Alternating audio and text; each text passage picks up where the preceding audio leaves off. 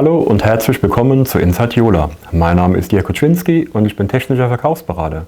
Heute mit einem Beitrag zur Jola-Jahresaktion 2021, die dreckigsten Anwendungen.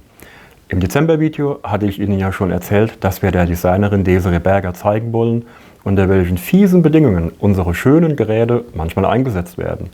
Nun habe ich selbst noch bei einem meiner letzten Kundenbesuche eine gefunden und fotografiert. Zuerst ging es etwa 5 Meter in die Tiefe. Schon beim Abstieg sieht es einladend aus. Deshalb dürfte ich mich in Schale schmeißen, ganz in weiß. Wir befinden uns in einem Entwässerungsschacht, der sich unter einem Straßentunnel befindet. Während des Normalbetriebs sammelt sich Regenwasser und Schmelzwasser im Schacht. Wenn ein bestimmter Flüssigkeitsstand erreicht ist, wird das Wasser automatisiert abgepumpt.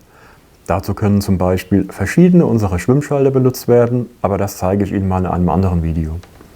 Grund meines Besuches war nämlich die Öl-auf-Wasser-Detektion. Hierzu hat unser Kunde seit ungefähr 25 Jahren eine Schwimmelektrode der alten Generation im Einsatz. Diese sollte nun durch das aktuelle Modell ersetzt werden. Schon damals gab es die Ausführung mit einem Hilfsschwimmer. Dieser sorgt dafür, dass die Schwimmelektrode bei hohem Flüssigkeitsniveau nicht umkippt.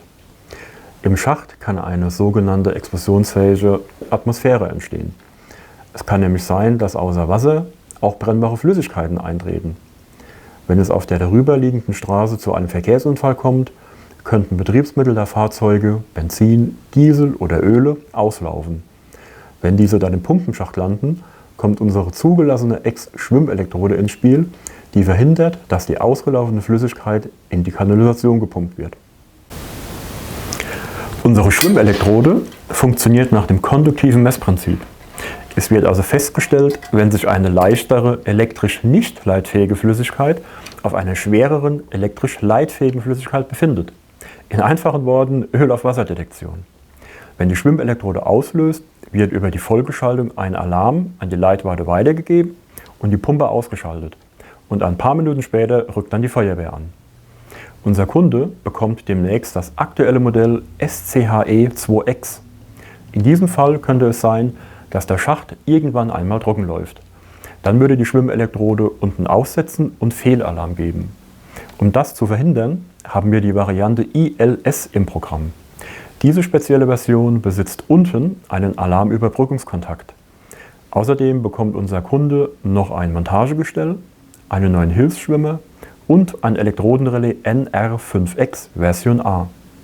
Die viel zu saubere Grafik, die Sie gerade sehen, hat übrigens Desiree Berger erstellt. Falls Sie auch solch eine schön dreckige Anwendung haben, denken Sie an uns. Wir suchen die dreckigsten Anwendungen von Jola-Produkten, die man sich denken kann. Schicken Sie uns bitte Fotos, Videos oder was immer Sie sonst noch finden können. Diese werden wir 2022 in einem kleinen Büchlein veröffentlichen, in dem dann auch schöne Grafiken von Desiree Berger und schonungslose Cartoons von Steffen Borsell abgedruckt werden. Und so viel für heute. Ich hoffe, wir sehen uns beim nächsten Video. Inside Jola, immer neu am ersten Montag des Monats. Und nicht vergessen, unseren Kanal zu abonnieren und die Glocke zu aktivieren. Und egal, ob Sie Planer, Einkäufer oder Fachmann vor Ort sind, oder ob du Schüler, Azubi oder Student bist, oder einfach nur Interesse an Technik hast, für Fragen stehen meine Kollegen und ich gerne zur Verfügung. Bis bald!